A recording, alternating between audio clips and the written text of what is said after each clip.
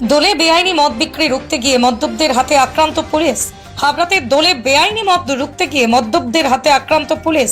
ঘটনায় গুরুতর আহত হয়েছেন দুজন পুলিশ কর্মী। এরপরই হাবড়া থানার বিশাল পুলিশ বাহিনী ঘটনাস্থলে উপস্থিত হয়ে 5 জনকে গ্রেপ্তার করে বাজেয়াপ্ত করা হয়েছে প্রচুর পরিমাণে মদের বোতল।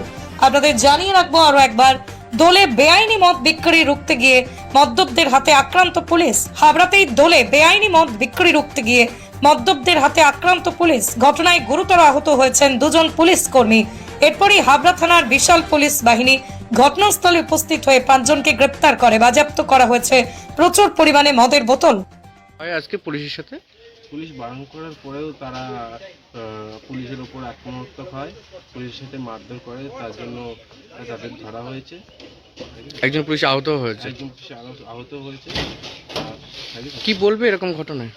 আর কি বলবো বলেন স্যার, নিয়মিত ব্ল্যাকে মদ বিক্রি করা তো উচিত না, তাও এদের হচ্ছে এইসব অত্যাচারের জন্য আর কি করবে। সবাই মানে এটা বন্ধ হোক। এটা বন্ধ হোক। কি নাম তোমার? শিবম পালন। এই জায়গাটার নাম? এই জায়গার নাম বদর, পোস্ট পিটিঘর, থানা হাবড়া।